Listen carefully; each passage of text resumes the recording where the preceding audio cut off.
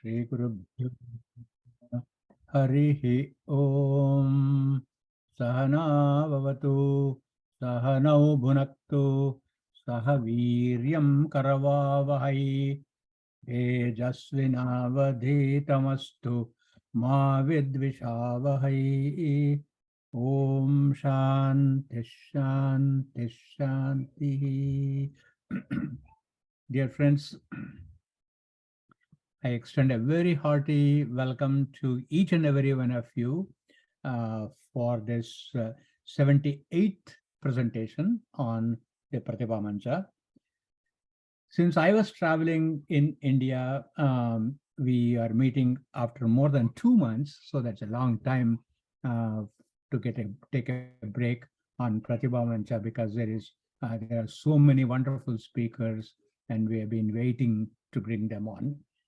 The topic of presentation today is Bhagavan Ramana Maharshi. To my knowledge, great souls are either addressed as Bhagavan, for instance, Bhagavan Ramakrishna, Bhagavan Vedavyasa, or they would be addressed as Maharshi, for example, Vedavyasa Maharshi or Parashara Maharshi. I think Ramana Maharshi has a unique distinction of being addressed with both the epithets, Bhagavan and Maharshi. That's the distinction. And the most blessed thing about Bhagavan Ramana Maharshi is he is actually a little senior contemporary of us. That is all. Actually, he passed away in 1950. So many of us who were born around that time actually were born as he was walking the sacred land of India. So that makes it even more contextually relevant that we learn about his life and his works. To speak on this subject today, on this great soul, a true Mahatma Ramana Maharshi, we have with us Dr. Atul Thakur. I am very happy and it's so heartening to note that a very young physician, Atulji, is just 43 years old. So you can imagine that at just this young age of 43 years, he has taken to this spiritual pursuit, which is very rare. Dr. Thakur was born in Nepal and he had a SARC scholarship to study medicine at the Dhaka Medical College in the present-day Bangladesh. And Dr. Thakur's specialty is internal medicine, having his MD, Master's in Education. Very interestingly, he went to get a Master's in Education, and he is a fellowship of the American College of Physicians. Atulji is wearing many hats now in his present positions. He is the Assistant Professor of Medicine at the Cleveland Clinic College of Medicine. He is the Director of Acute Care in Cleveland Clinic. And then he is also the Director of Internal Medicine, training residents in anesthesia. So you can imagine what a busy life. Besides taking care of his 11-year-old son, Arhant, and also his wife, Aarti, is also a professional. She is a dentist by profession. With all these, you can see, in spite of his professional commitments, in spite of his domestic commitment of raising a family, Atulji has actually taken to a very noble spiritual path. And how could this happen? How can a person be influenced in such a way? It is because he came very early in his life under the influence of Bhagavan Sri Satya Sai Baba, and also his Manasika Guru, that is Bhagavan Ramana Maharshi. There is a beautiful statement made by Adi Shankara in his magnum opus Prakarana, the Vivek Chudamani, which says Durlabham Trayametat Daivanugraha Hetukam Manushyatvam Mumukshutvam Mahapurusha Samshraya. Three things are very rare in our life, and that can happen only by the grace of God. One is taking birth as a human being, the desire for liberation, and to get the perfected sage who provides a protecting care, a Mahapurusha, and that blessing of Bhagavan Satya Sai Baba is upon our speaker today, Dr. Atul Thakur. Atulji, a very hearty welcome to you to this 78th Pratibha Vancha. I request you to kindly start your presentation. Thank you.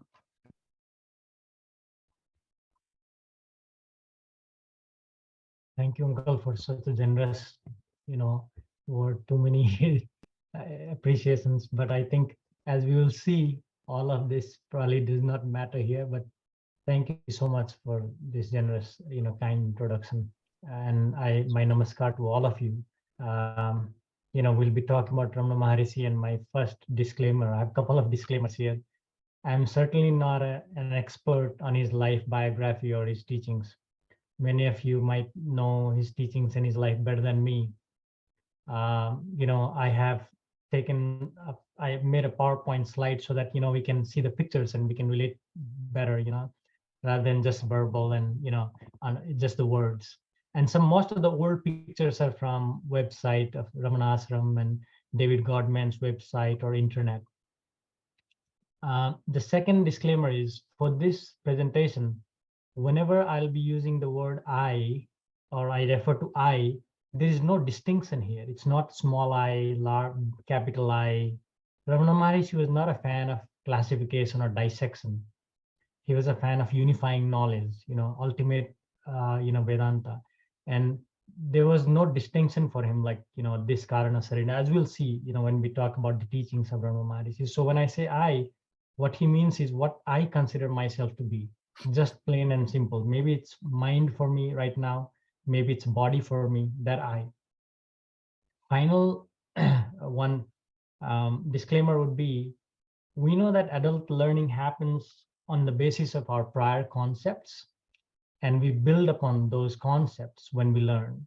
But sometimes that can be challenging because that very old concepts can become our hindrances, biases. So if we can leave aside all the concepts from the past, just be empty-minded to take this journey with Ramana Maharshi and see what he actually had to say, and not compare it with anything that I have read before, whether it's Vedanta or anything, because he has his own flavor to it. So with that, let's start the journey. So the story is as old as the creation itself. For those of us who are new, it's said that Kailasa is the abode of Shiva, but Arunachala is Shiva himself. Of the 5 elements, Arunachala is fire element, which burns our ignorance, because it's the fire of knowledge. And the reason I'm mentioning this is because without mentioning Arunachala, the story of Ramana Maharshi would be incomplete. Arunachal Mahatmyam says, by seeing Chidambaram, the Rahasya of Chidambaram, or by being born in Tiruvarur, or by dying in Kashi, or by merely thinking about Arunachala, one will surely attain liberation. Such is the Mahima of Arunachala. These are some of the pictures that I took during Girivalam this year. Different faces of Arunachala, as you can see. This hill in the city of Tiruvannamalai, Tamil Nadu, India, has attracted sadhus and siddhas since time immemorial. The story is Parvati Mata herself, at the guidance of Shiva, came to do tapas here under the guidance of Kapila Muni, and his ashram is still there today in the Girivalam path. Ramana Maharshi is one of the more recent powerhouses from this, holy site.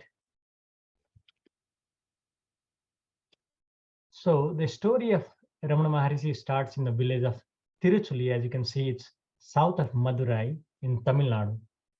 The year is 1879. He was born on 30th December, named Venkat Raman Iyer, Unfortunately, we don't have any pictures before this. This is his first picture in 1900. Probably he was around 20 years old at that time.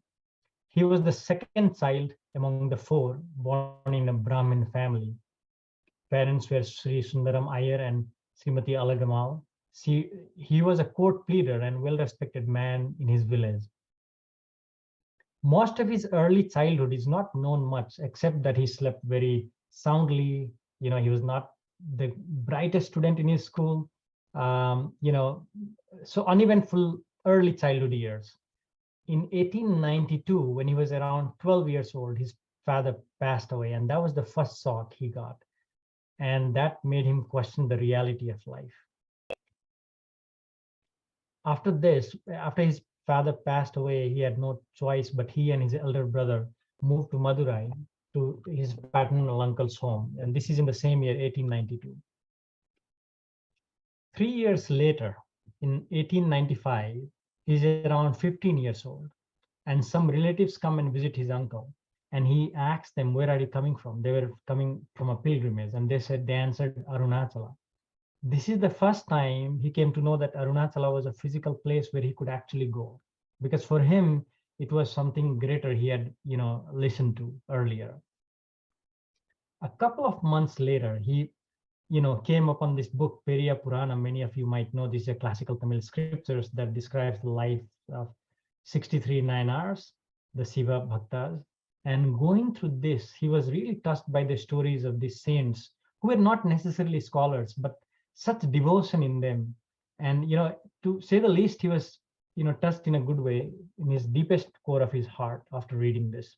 And this was probably the first scriptural, book that he's reading from, or a religious book, you can say.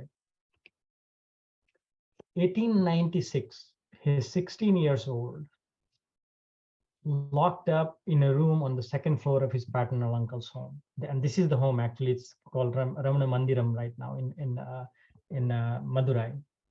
He's, upstairs, like I said, he's gripped by sudden fear of death. He had no prior illnesses. He had no problems. He was in a usual state of health. And this fear of death is sudden. If you happen to go to Ramanashram, this whiteboard that illustrates all his experience in his own words, just outside his mother's shrine. It was one of my favorite places to be, just sit down and read those words, because those words have power. And for the very same reason, I would like to share at least a summary of his experience here. He said, "The shock of fear of death drove my mind inwards. And I said to myself mentally, without actually framing the words, now death has come. What does it mean? What is it that is dying in me?" For most of us, when there is fear, our mind goes outward. This was the first distinction. And he says, "I lay there with my limbs stretched out stiff, as though rigor mortis had set in, and imitated a corpse, so as to give greater reality to the inquiry. I said to myself, this body is dead. It will be carried stiff to the burning ground, and there burnt and reduced to ashes. But will I be gone? Where will I be? Is the body I? The body is silent and inert. It cannot speak. But I feel the force of my personality, which he later called as avesam, and even the voice of I within me, apart from it. So I am the spirit transcending the body." I find it very fascinating because this will come again in his teachings. The body is inert. It cannot say I, but you feel your personality inside this body. And he said all this was not a thought. It was almost like in a flash, without a thought process. Now I was something very real for him. In fact, he said, it's the only real thing about my present state. And all the conscious activity connected with my body was centered on that I. Absorption itself continued unbroken from that time on. Other thoughts might come and go like various notes of music, but the I continued like the fundamental Shruti note that underlies and blends with all other notes. For me, this is the most beautiful line in that whole thing. I continued like the fundamental Shruti note. Is their awareness, that being which is there even though thoughts and activities are happening. The river finally merged with the ocean in 1896. What was unique about this was he had no physical guru. He had no scriptural knowledge. He didn't go through Vedanta or any reading, at least in this life. He had not done any sadhana. All of this was a direct experience of self for him. And whatever he taught from this direct experience. Later on, he did read books when his devotees brought him and asked him to translate. He did translate in Tamil, in Telugu, and also in Malayalam. But for the most part, all of his teachings were from direct experience. After this awakening, he lost all interest in the worldly matters, in his studies, in food. It didn't matter what taste it was, you know. He would go to Meenakshi temple, stand in front of Nayanar's statues or Nataraja statue, and tears would roll down his eyes. It was not because of bliss, neither it was because of grief. He had some form of sensation in the body that continued until he reached Tiruvannamalai. 2 months after the awakening, he was trying to complete an English grammar lesson. And I put Bhajagovindam here because it was so similar to, when Adi Sankara is going and he said that nahi nahi rakshati dukrun karane, the grammar is not going to save you. And the futility of this exercise hit him hard. He pushed aside his books and sat in a meditative pose. But this was all witnessed by his elder brother, who rebuked him, saying, "What is the use of acting like a sadhu while being a student in a home, enjoying all the comfort?" He was not doing justice to any of the roles. Ramana recognized the truth of his words. Immediately, Arunachala came to his mind. Shortly thereafter, he told his brother, I had to attend a special class. Brother gave him 5 rupees to pay the college fees. And he goes downstairs. He served food. He ate the food. He took a map, which was an outdated map, glanced at where the train station was, left a note for the family. This is the original departure note, translated as, "I have set out on the quest of my father." Now he's referring to Arunachala. "In accordance with his command, let none grieve on this act of mine. Let no money be spent on my search. Your college fees have not been paid.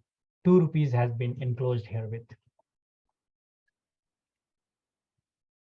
After 3 days of journey, mostly by train and then at last by on foot, he reaches Tiruvannamalai, the temple town in the north of Tamil Nadu, where the Agnilinga is there, Annamalai temple. This is what we are seeing in the picture here. It was 1st September 1896. It is said that when he reached the temple complex, all the gates stood open. Even the inner sanctum sanctorum was open. There was nobody inside. And one version of the story is that he went and hugged the Sivalinga, and all that sensation that he had in the body, subsided after that. After this darshan, he went out, threw away all his belongings, including 3.5 rupees that he had, which he gave to bartered actually to a family after giving them his ruby earrings, which is typical in South Indian Brahmin family. Someone was witnessing his sense of renunciation. He was throwing away everything and advised him to save his head, which he did. The next few weeks, he spent silently sitting, absorbed in the self, in this 1,000-pillared hall, which is also a part of the main complex in that temple. This is a picture that I took just in this January. So this is how it looks. Also a picture how it was back then. His silence was occasionally disturbed by local boys who would make fun of him and occasionally pelted stones at him. So he was definitely bothered there, in this 1,000-pillared hall. There was a saint named Sesadri Swami. His shrine is still there in Tiruvannamalai, in the same, just near to Ramanashram. He tried to protect young Venkataraman, but with little success. Venkataraman was into the base this hall. This looks back then with all this, not taken care of. This is a 1,000-pillared hall, and this is the Patala Lingam, which was always dark and damp throughout the year. There was no sunlight that would come. Here he sat weeks on end, unaware of his body, blissfully unaware of his body. Ants and insects ate, his flesh. He had wounds on his legs. Finally, when the same mischievous boys were throwing stones even here, an old man discovered him and took him to Subramaniam's shrine within the main temple complex, where a Swami looked after his body. Food was shoved in his mouth maybe once a day, or maybe sometimes twice a day. He just swallowed it. This is the picture now of the thousand pillared hurl and how you go down, and this is what it looks inside. Now this is the Sivlinga. This is exactly where he sat. This is the Nandi. The next 6 months he spent in the same temple complex, various parts on the tree and the different shrines. And as time passed by, more and more people started to come for his darshan. At this time, he was popularly known as Brahmana Swami there. Someone seeing this disturbance caused by increasing number of people suggested, him to go to Guru Murtam, which is like a mile outskirts of Tiruvannamalai temple. This is actually a Siddhar Samadhi, 800 years old, and I'll show you a picture how it looks today.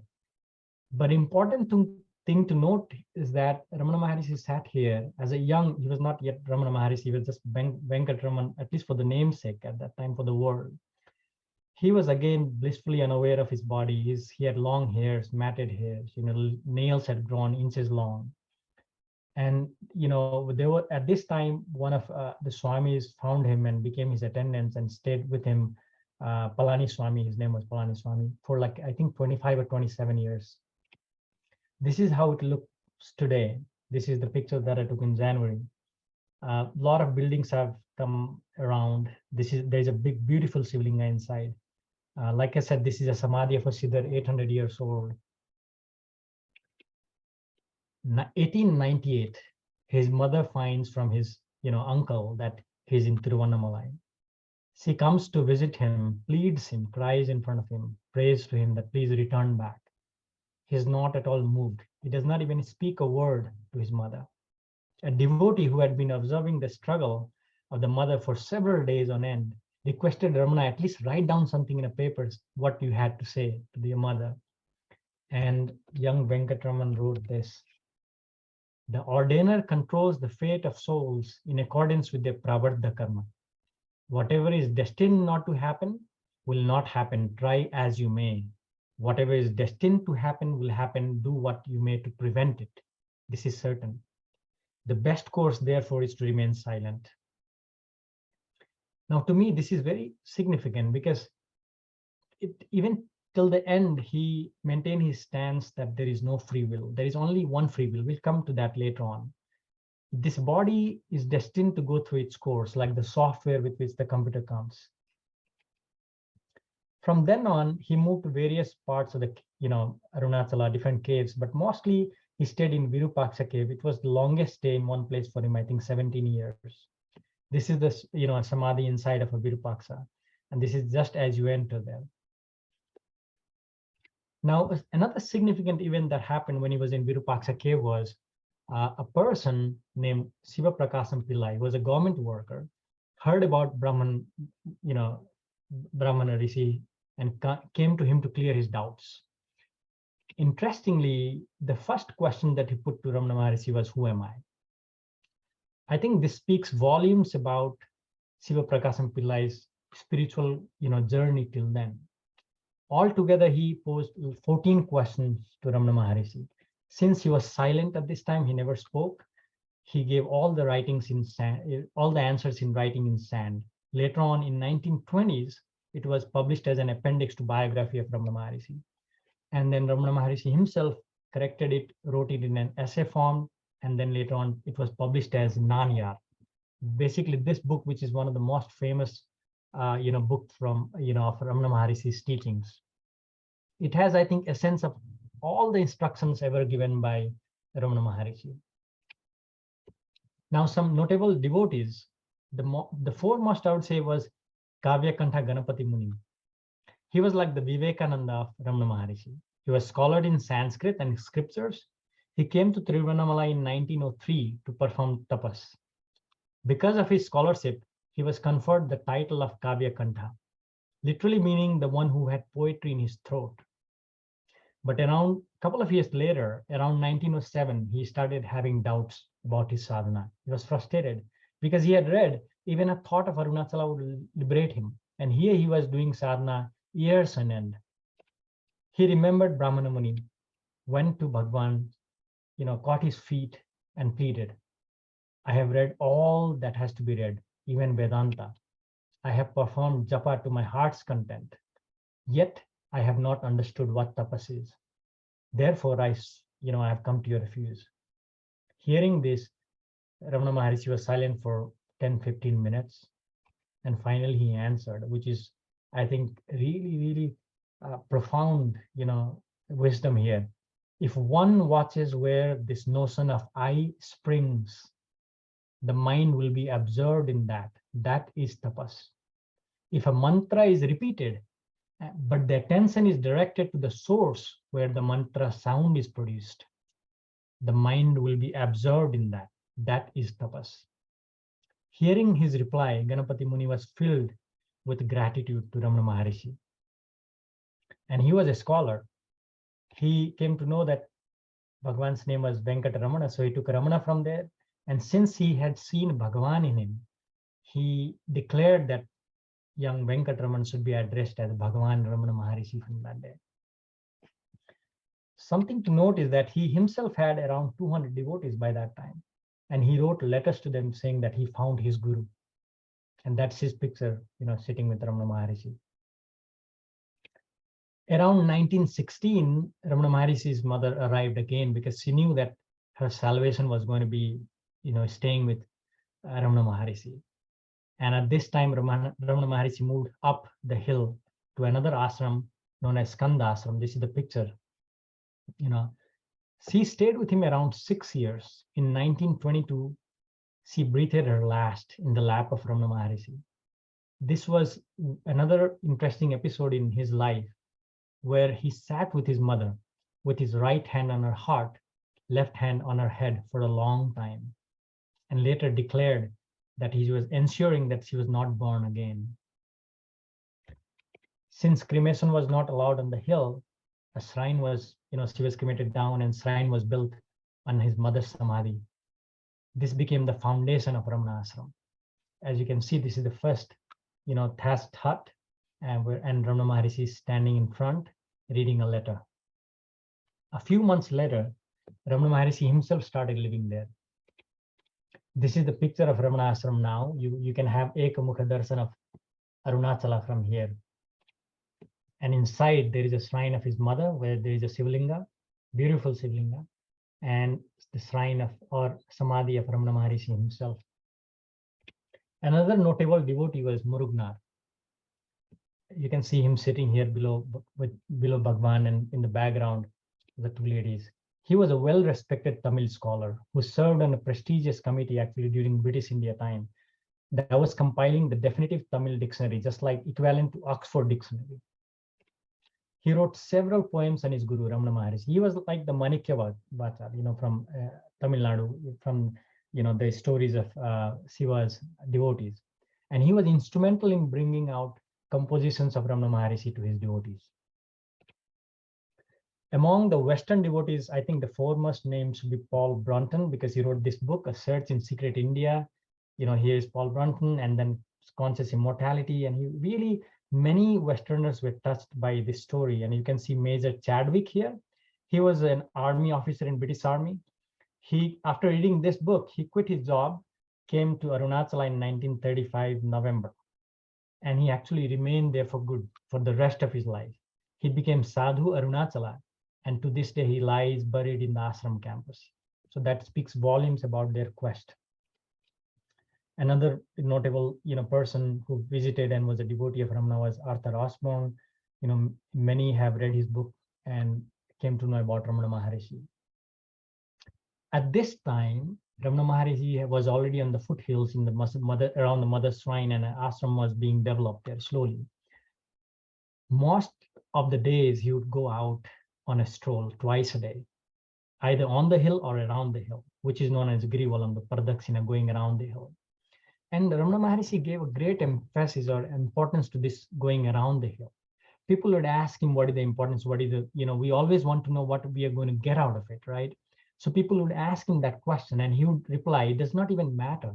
whether you have faith in this or not. Just as the fire will burn all those who touch it, whether they believe it or not, so will the hill. It'll do good to all those who go around it, whether you know it or not, whether you believe it or not. Just the act of being in the presence of the hill, Shiva himself, in the Jnana Murti. The rest of the times he would remain lost, blissfully lost in himself. Many great saints of our past, one of them, Yogananda Paramahansa, you can see here, Chinmayananda has spoken about the looks, transforming looks of Ramana Maharshi. He had love for all creatures. And, he declared, this will be in contrast to what we usually say that jantunam narajivan durlabham, right? He declared that even animals were capable of getting liberation. Of course, the story is about Lakshmi the cow. And there's another version of the story where Lakshmi the cow is actually reborn. She was a devotee of Ramana who used to cook for him, walk daily miles, come to Tiruvannamalai and cook for him and go back. But we don't know that. But Ramana Maharshi, when the last moments of Lakshmi the cow came, he sat with her just like he did with his mother, placing his right hand on the heart, and later on declared that she has attained liberation. And there is a samadhi of Lakshmi cow in the Ramana Ashram event today. Around 1949, he was around 69 years old. A lump appeared on the left elbow. It was resected, and the larger one came a couple of weeks later. On further diagnosis, it was found that it was a cancer. Doctors advised him to get amputation, and he refused. Even on the last day, he wanted people to have his darshan. As you can see in the picture, his body has disintegrated.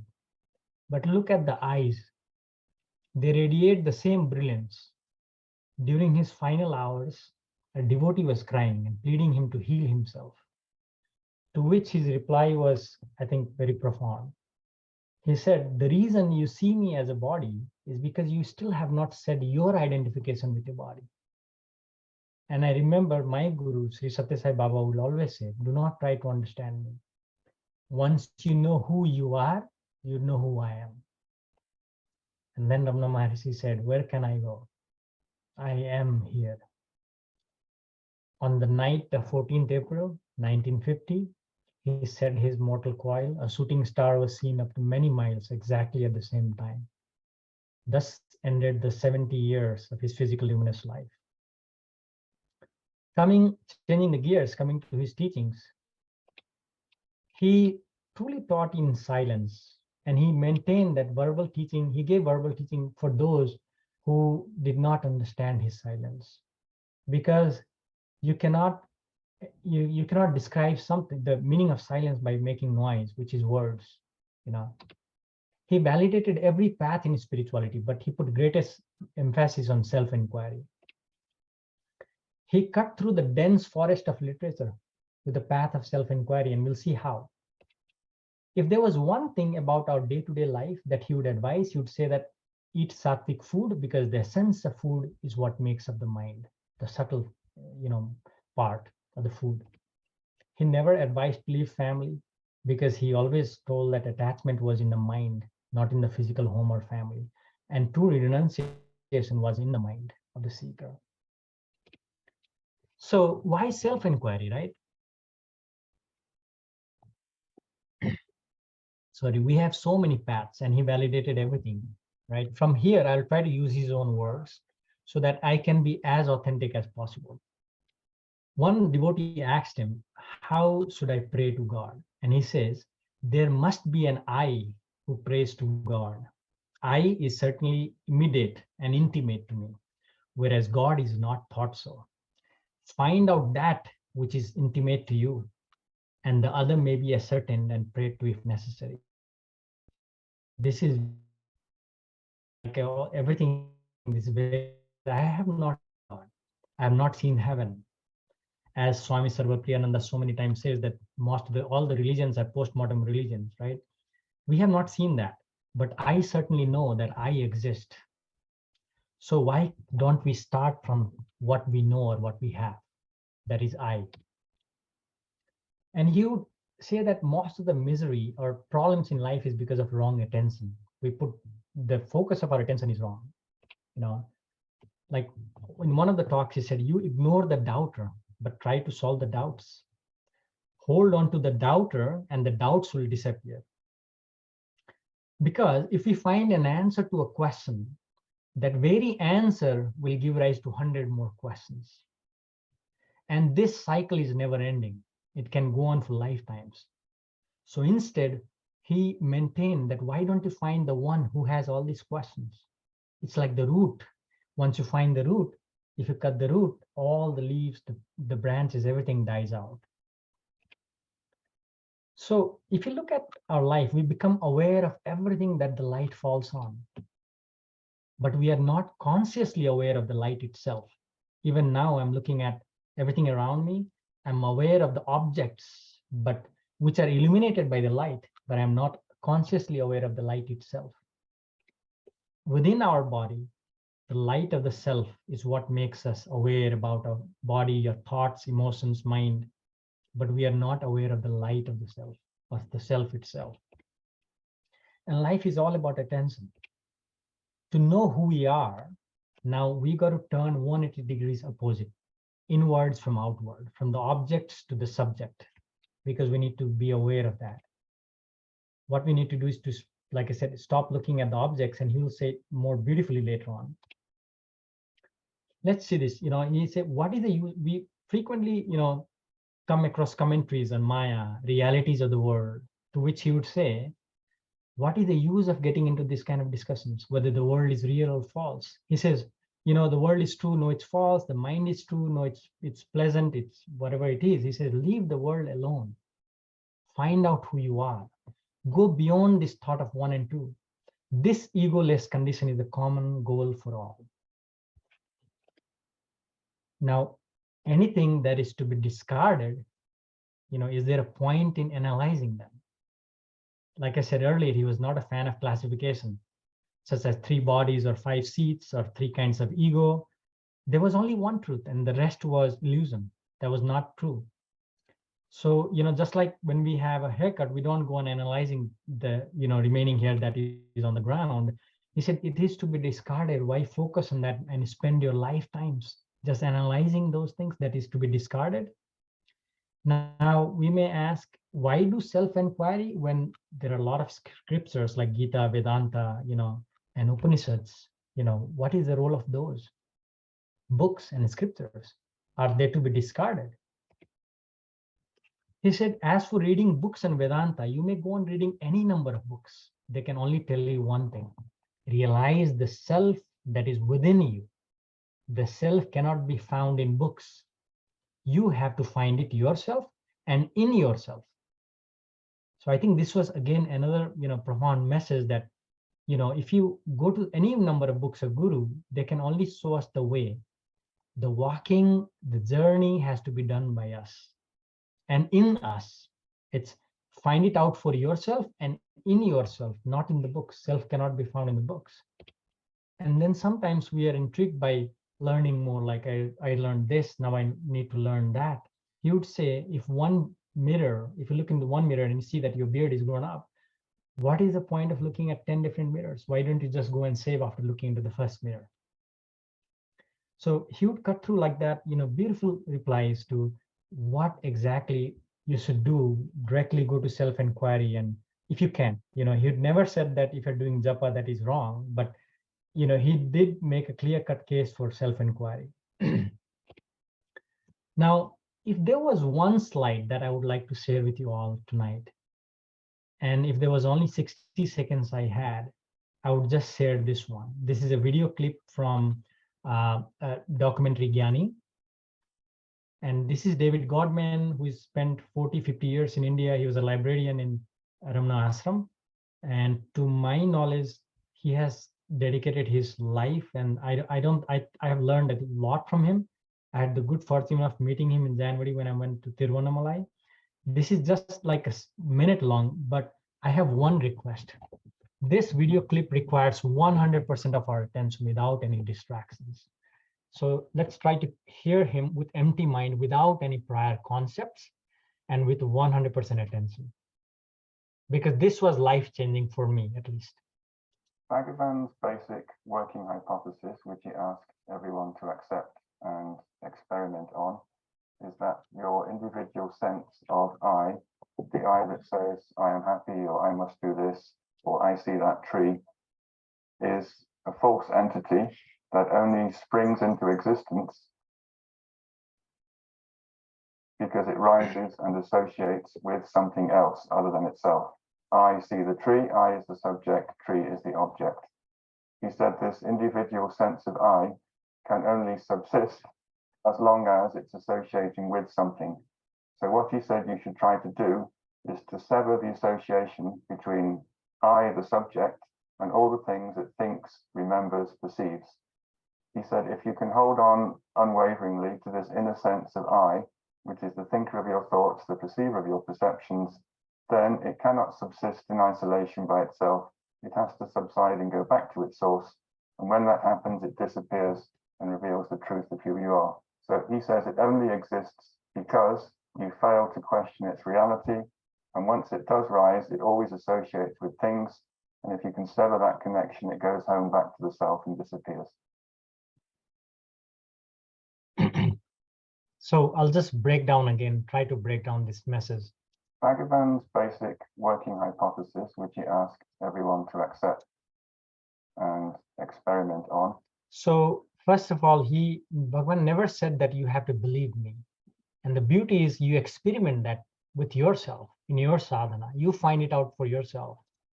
Is that your individual sense of I, the I that says I am happy, or I must do this, or I see that tree, is a false entity that only springs into existence because it rises and associates with something else other than it.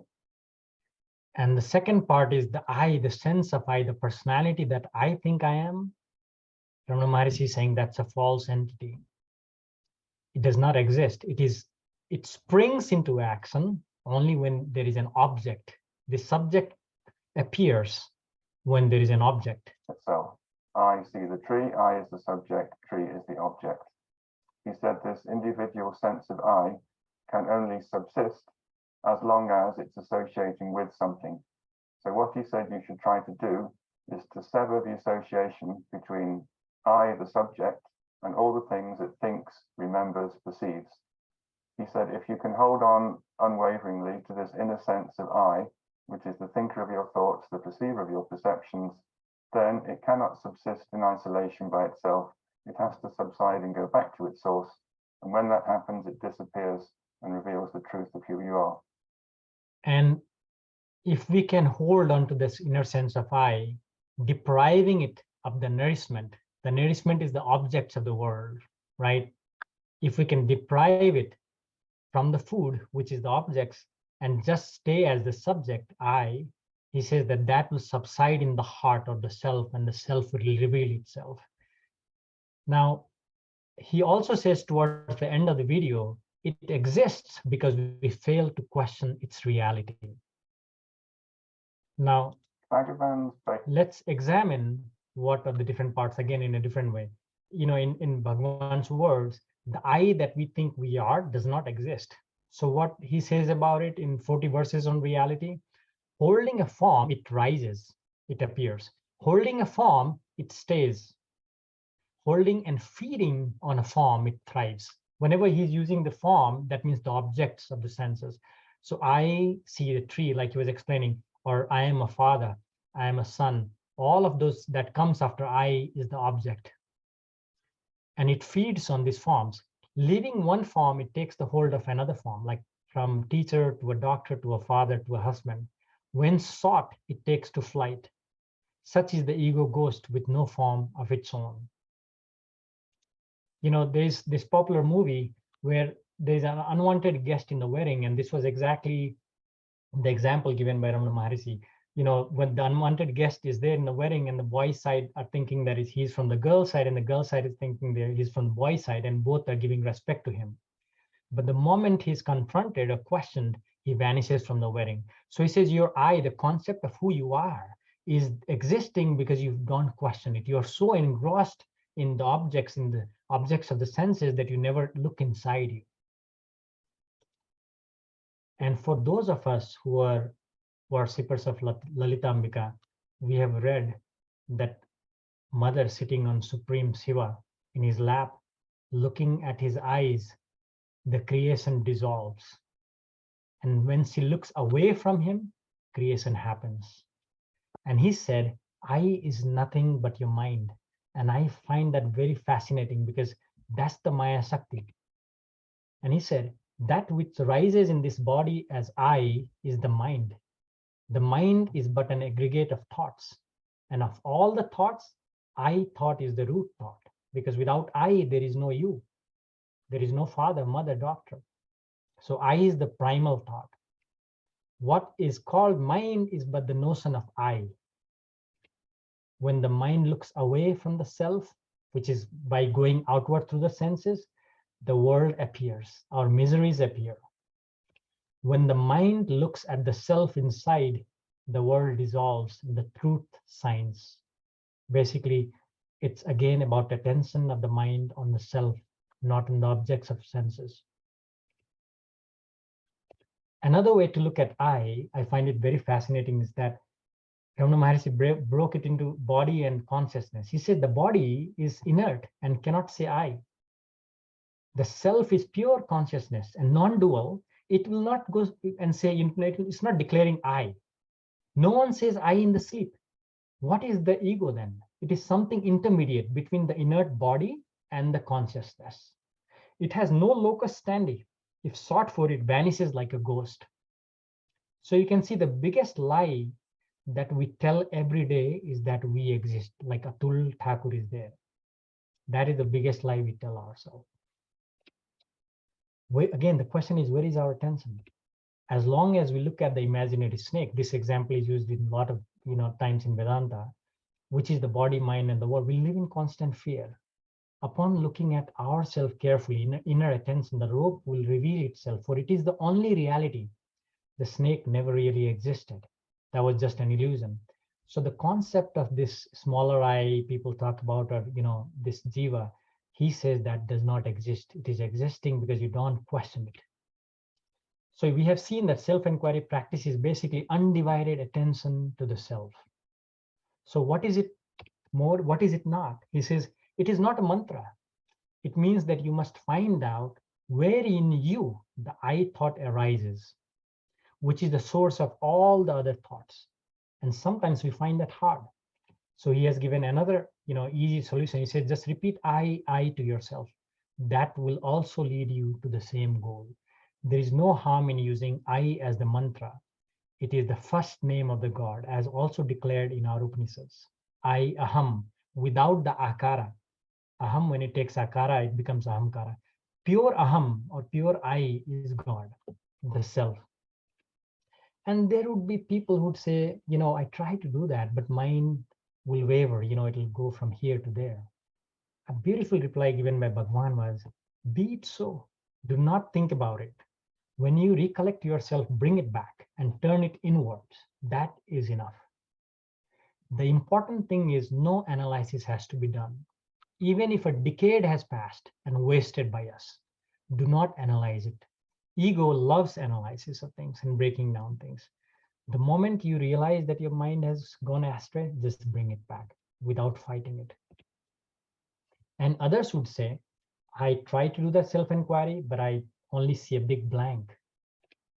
And he would say, absence of thought does not mean a blank. There must be one to know that there is a blank. Knowledge and ignorance are of the mind.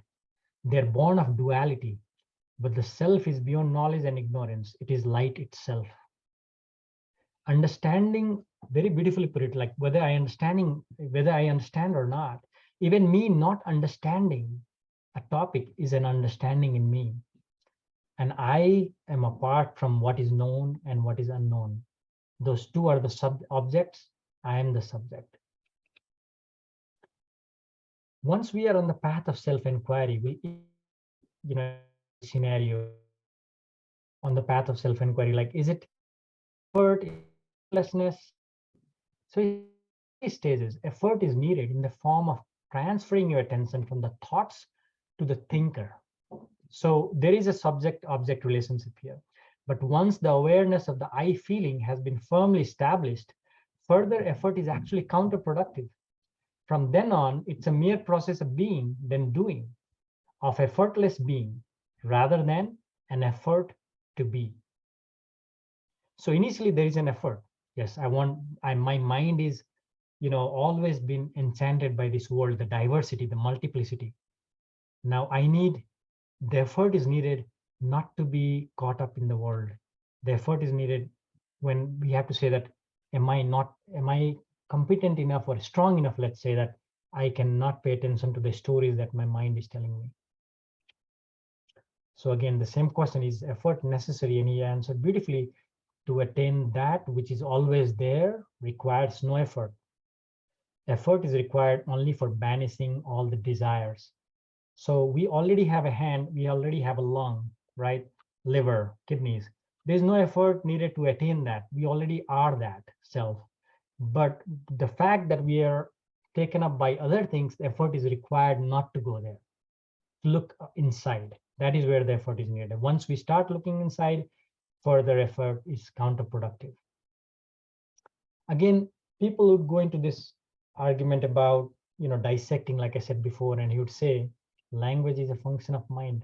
And, we have this saying, ekam sat vipra bahudha vadanti. The same truth is declared in many ways by, the wise men. And he would say, soul, mind, ego, different bodies are mere words. There is no entities of this kind.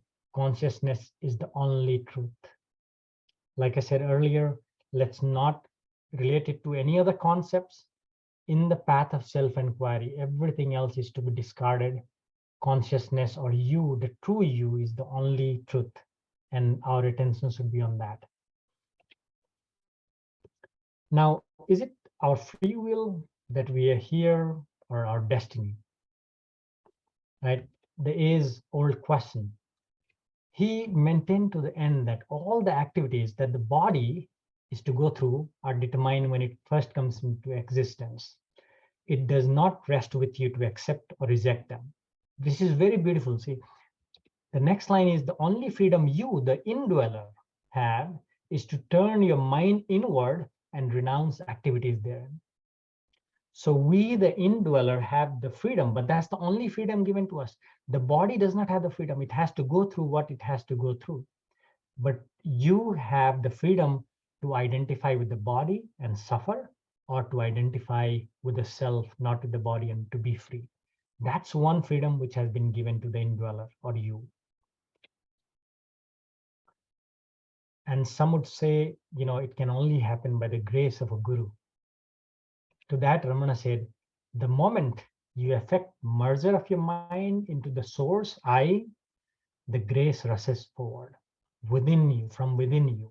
Grace is always there. And in fact, he said, grace, guru, and self are no different. Your I, yourself inside the I is actually non-existent, but what is there, the current itself is the grace. Like we have electricity in every socket in this room, but am I plugging it in or not? The moment I plug in inside, grace rushes forward. And sometimes you'd find differing answers. And we know that the answers will be according to the capacity of the seeker. He said beautifully in the second chapter of Gita, Krishna said, there is no birth, there is no death. You have never been dead before. And then in fourth chapter, he said that we have been born many times. You don't remember it. I remember it. So he said both the statements are true, but from differing standpoints. And that is why it is important to keep all the concepts aside when we talk about Ramana Maharishi's path of self-enquiry, which comes from his direct experience, not from any theory. In summary, I would like to say that the I that we think we are is just a mental concept or mind. And mind is a collection of thoughts, not a physical organ. If there are no thoughts, there is no mind. This I, which is the subject, is an illusion which springs into existence only when associated with an object, which is outer world or relationships, any thought, and it thrives by feeding on it. Self-enquiry is an undivided attention to this I within us.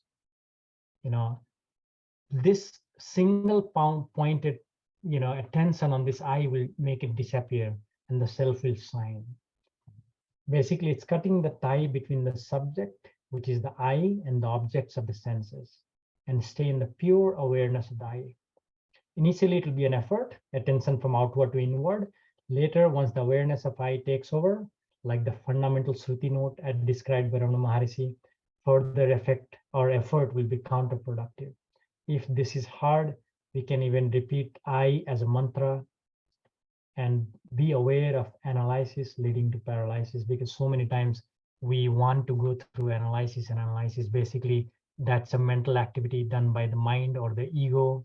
The more we analyze, the more we make algorithms, classifications. It's just breaking down and making it more complicated, while the truth is not complicated. I always ask myself, if the message is so simple, why can't most of us, just do that? And why can't we just believe it? Because, we believe so many things that is written in our scriptures. We believe our guru in certain things, but I think it's um, like one of our friends would say, spirituality of convenience, right? What is convenient to us, we take that up and accept it, while others we cannot. And I think that's where the story of the elephant tied by the rope is very significant, because being such a powerful animal, this rope is nothing for him. But since childhood, he was tied to this rope and never could imagine that he would be able to break free. He's able to uproot large trees by the roots, but poor thing, just with one rope, it cannot even think about getting out from there. And I think that's what we go through lives after lives, and that blocks gives us our more mental block to think that how can I do that, or how can it be so simple. Actually, I think the simplicity of the message itself became a hindrance to many people. Can it be that simple, that what you have is already there and it's already gotten, there is nothing to be gotten, and what you see is not reality? Well, I don't know what I see is reality or not, but I would like to believe my guru, and just to put my attention on this I, the sense of the subject, not the object, whenever I can.